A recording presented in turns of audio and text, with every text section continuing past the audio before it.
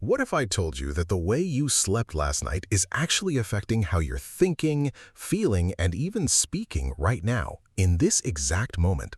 That's a little terrifying, honestly, because I definitely did not sleep well last night.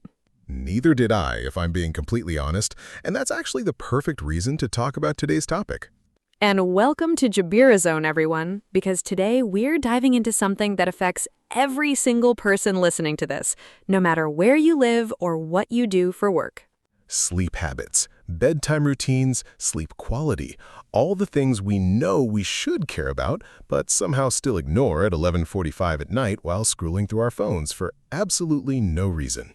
You just described my entire nightly routine, and I felt that a little too personally. We're all guilty of it, honestly, which is exactly why this topic felt so important to cover properly, with real vocabulary and real conversations that you can actually use when you talk about your own sleep with friends, coworkers, or even a doctor. So let's start with some essential vocabulary because there are so many useful expressions in English around this topic that most learners never actually get taught in a normal classroom. First one, and probably the most common, to have a good night's sleep. This simply means you slept well, you felt rested, and you woke up feeling refreshed rather than exhausted. And the opposite of that would be a restless night, which means you kept waking up, tossing and turning, and never really settled into a deep, comfortable sleep. Tossing and turning is such a perfect phrase too, because it literally describes moving around in bed, unable to get comfortable, unable to relax enough to actually fall asleep. I had one of those nights just yesterday, actually, where I kept turning from one side to the other for what felt like hours, checking the clock every 20 minutes, getting more and more frustrated each time. That frustration you're describing has a name too. We call it sleep anxiety, when the actual stress of not being able to sleep becomes the very thing that's keeping you awake in the first place. It's such a strange cycle, isn't it? You're anxious because you can't sleep, and that anxiety is exactly what stops you from sleeping. It really is a trap. Okay, let's move to another useful phrase, to sleep like a baby, which means you slept incredibly well, deeply and peacefully, without waking up at all during the night. Which is ironic because actual babies wake up constantly, but somehow that phrase still means the complete opposite in English. English idioms don't always make logical sense, but that one has just become the accepted way to say you slept perfectly. All right, here's one I personally love: to be a light sleeper versus to be a heavy sleeper. A light sleeper wakes up easily from small noises or movements, while a heavy sleeper can sleep through almost anything. I am painfully, tragically a light sleeper. My neighbor's car door closing outside can wake me up instantly, and then I'm awake for the next 2 hours. Meanwhile, I'm a heavy sleeper, and my husband says he could set off a small explosion in our bedroom and I wouldn't even flinch. That's actually terrifying in an emergency, but very convenient on a normal night. Very true. Okay, let's talk about bedtime routines now, because this is where a lot of the useful vocabulary really comes into play in everyday conversation. A bedtime routine is simply the series of habits or activities you do consistently before going to sleep. Things like brushing your teeth, reading a book, or dimming the lights in your room. And a really important phrase connected to that is to wind down, which means to relax gradually before bed, slowing your mind and body down after a busy or stressful day. How do you personally wind down before bed, Maya? What does your routine actually look like? Honestly, I try to read for about 20 minutes, but more realistically, I end up watching something on my phone until my eyes physically can't stay open anymore. That's such a common and relatable habit, even though we all know it's probably the worst possible thing to do before bed. Which brings us to another important phrase, actually, to have sleep time before bed, and the related idea of blue light, which experts say can interfere with your body's natural ability to fall asleep. Right, because blue light from phones and screens can trick your brain into thinking it's still daytime, which delays the release of melatonin, the hormone that helps you feel sleepy. I definitely knew that fact and still ignored it completely last night, if we're being fully transparent with our listeners. We're all human. Okay, here's another useful expression, to hit the hay, which is a casual, friendly way of saying you're going to bed. Something like, I'm exhausted. I'm going to hit the hay early tonight. I love that one. It sounds so relaxed and natural, exactly the kind of phrase a native speaker would use casually with friends. Exactly.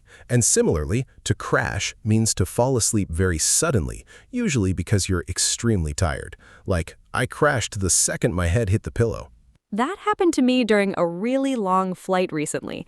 I fully intended to watch a movie, and instead I was completely unconscious within about 4 minutes.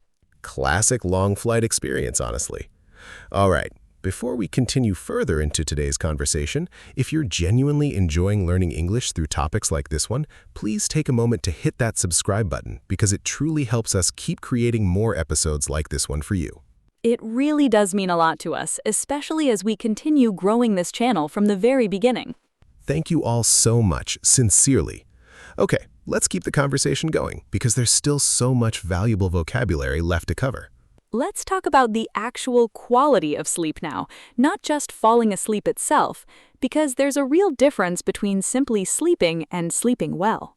Right, and one really important phrase here is sleep quality, which refers to how deep, restful, and uninterrupted your sleep actually is, rather than just the total number of hours.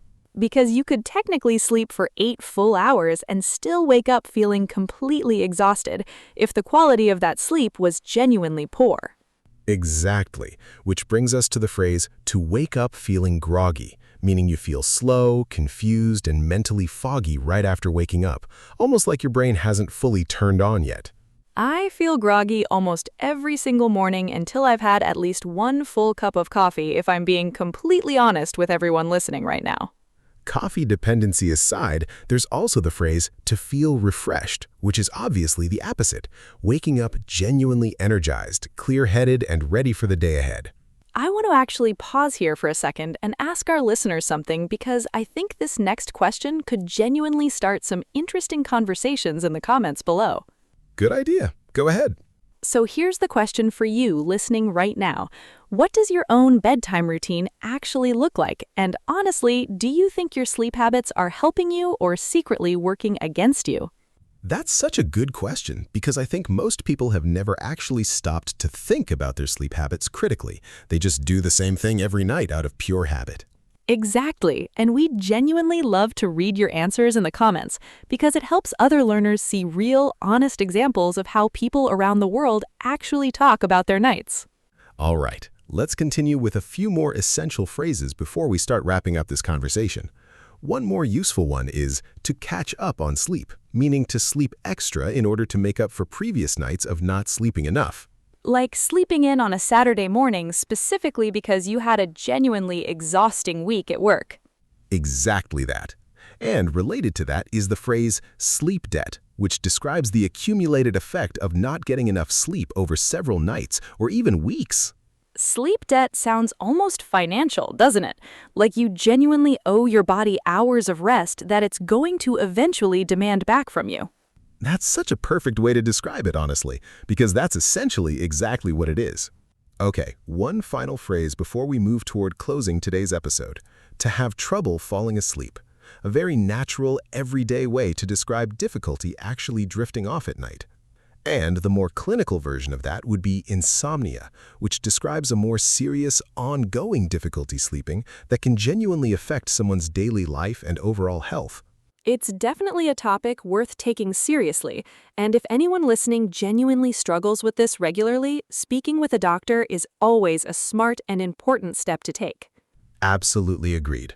All right, so let's quickly recap everything we've covered today, because there was honestly a lot of valuable vocabulary in this one episode.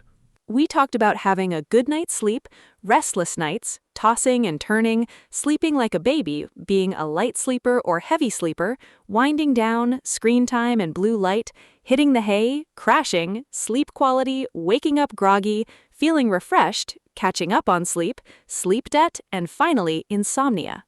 That is genuinely one of the richest vocabulary lists we've ever put together in a single episode, and I think this might honestly be one of my favorite topics we've covered so far. I completely agree, and I really hope everyone listening walks away from this episode thinking a little differently about their own nights from now on. So, here's your homework for today. Try describing your own sleep habits using at least 2 or 3 phrases from today's episode and drop them in the comments below because we would genuinely love to read every single one of them. And if today's episode helped you even a little bit, please make sure to subscribe because it truly helps us keep bringing you topics exactly like this one. We've got so many more exciting topics planned for upcoming episodes, and honestly, we can't wait to share them with all of you very soon. So get some good rest tonight, try out a few of today's phrases in real conversation, and we will see you very, very soon in our next episode. Until then, take care of yourselves, sleep well, and we'll catch you next time.